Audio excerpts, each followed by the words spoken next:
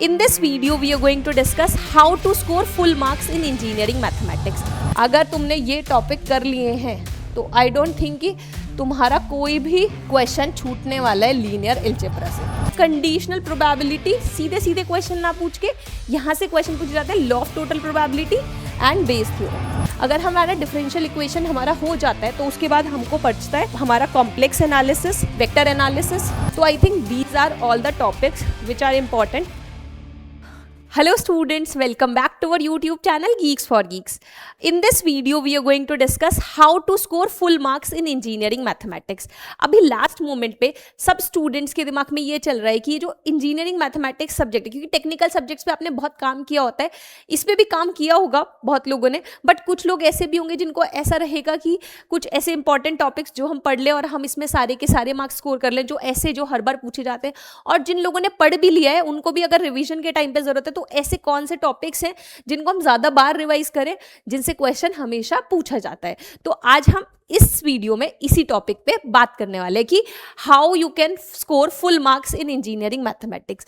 अगर हम engineering mathematics की बात करें, सीएस हो जाए, डीए हो, ईसी हो, इलेक्ट्रिकल हो, तो सारे ही ब्रांचेस में इससे क्वेश्चन पूछे जाते हैं. और इंजीनियरिंग मैथमेटिक्स वाला पार्ट कॉमन होते हैं. दो पार्ट्स कॉमन होते हैं, एक इंजीनियरिंग मैथमेटिक्स, एक एप्टीट्यूड. तो आज हम इस वीडियो में बात करेंगे इंजीनियरिंग मैथमेटिक्स में one by one for each branch. अगर हम बात करते हैं सीएस के लिए, तो सीएस में अगेन तीन पार्ट्स में हम लोग डिवाइड करेंगे, linear algebra, calculus, probability, statistics. अब जो हम यहाँ पे देखने वाले हैं वो सेम डीए के लिए होगा और वो सेम इलेक्ट्रिकल ईसी के लिए होगा. तो सबके लिए ये सीएस वाला पार्ट तो रहता ही है. अब डीए में थोड़ा सा और ऐड ऑन हो जाएगा, ईसी इलेक्ट्रिकल में थोड़ा सा और ऐड ऑन हो जाएगा. तो हम वो सब बात करेंगे सारे ही ब्रांचेस के बारे में. ठीक है, तो चलो सीएस की अगर हम पहले बात करें तो हमारा पहला सब्जेक्ट है लीनियर अलजेब्रा. पहला सब्जेक्ट में हमेशा लीनियर अलजेब्रा क्यों कंसीडर करती हूँ, क्योंकि मैट्रिसेस वगैरह हम लोग स्कूल लेवल से पढ़ के आए होते हैं. तो मैं बस सिर्फ यहाँ इंपॉर्टेंट टॉपिक्स बताने वाली हूँ जिनसे तुम लोग पूरा का पूरा मार्क्स स्कोर कर सकते हो.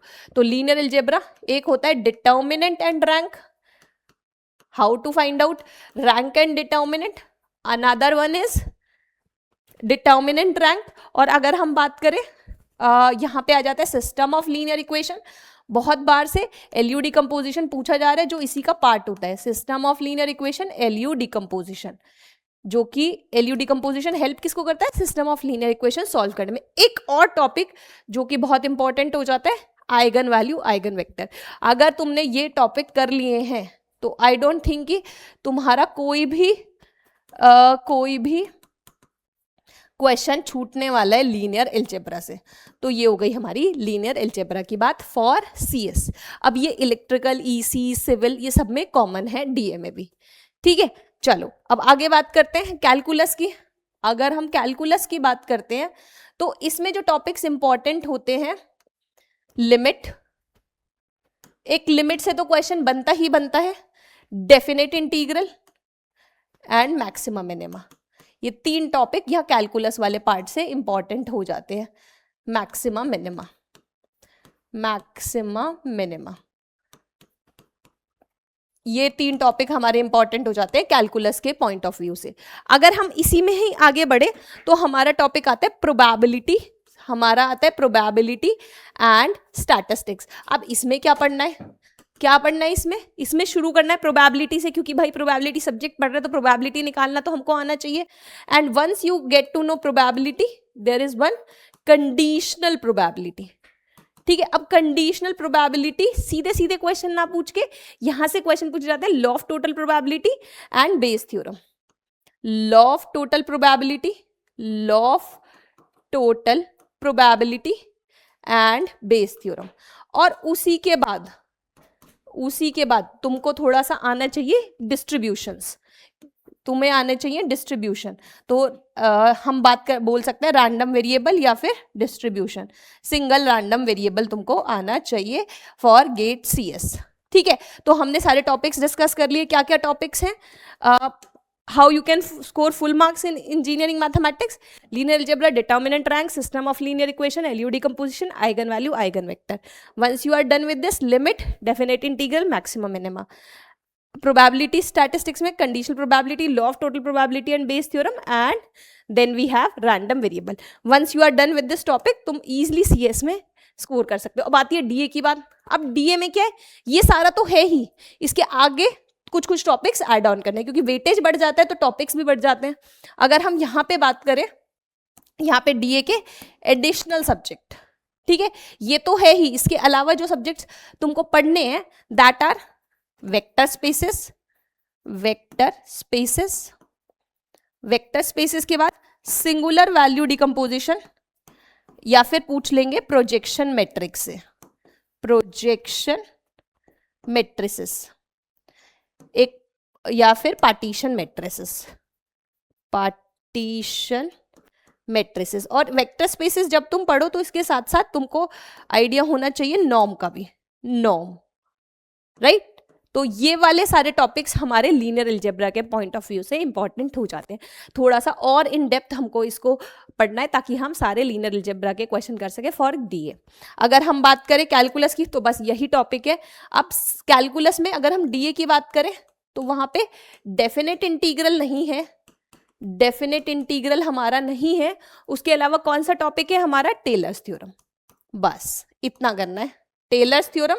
और यहाँ पे इंपॉर्टेंट हो जाता है कॉन्टिन्यूटी एंड डिफरेंशियबिलिटी भी।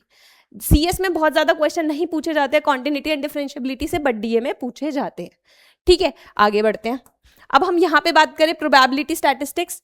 अब हमने पढ़ा probability, conditional probability, law of total probability, Bayes theorem, random variable.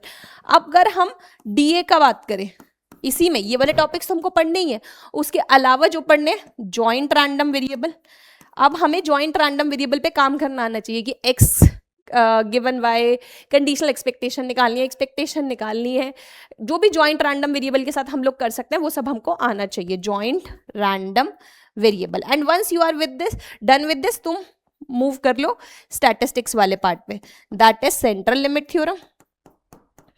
और जैसे ही सेंट्रल लिमिट थ्योरम करी उसके बाद हमको मूव कर जाना है कॉन्फिडेंस इंटरवल। देखो बहुत बार से क्वेश्चन नहीं पूछे गए हैं, टिल सेंट्रल लिमिट थ्योरम उन्होंने टॉपिक टच किया, बट हम एज्यूम कर रहे हैं कि इस बार वो लोग कॉन्फिडेंस इंटरवल और तुम्हारे आगे जो टॉपिक पड़ता है कॉन्फिडेंस इंटरवल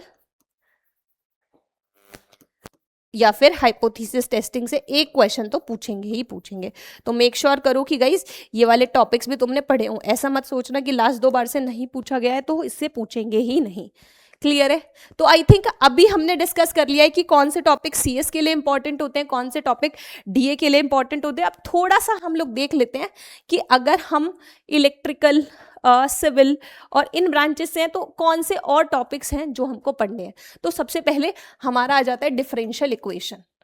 अब डिफरेंशियल इक्वेशन में ना हमें दोनों तरीके की, पहले तो ऑर्डर और डिग्री निकालना आना चाहिए, क्योंकि बहुत ज़्यादा डिफिकल्ट नहीं करते हैं, तो हमको आना चाहिए कि ऑर्डर कैसे क्या होता है डिफरेंशियल इक्वेशन का और डिग्री क्या होती है, सॉल्व करना आना चाहिए।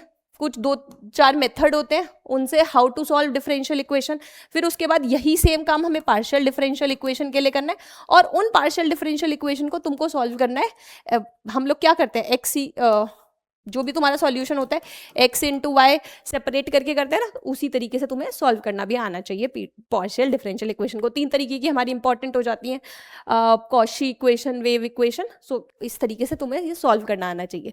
ठीक है, अगर हमारा डिफरेंशियल इक्वेशन हमारा हो जाता है तो उसके बाद हमको पढ़ता है हमारा कॉम्प्लेक्स एनालिसिस, वेक्टर एनालिसिस।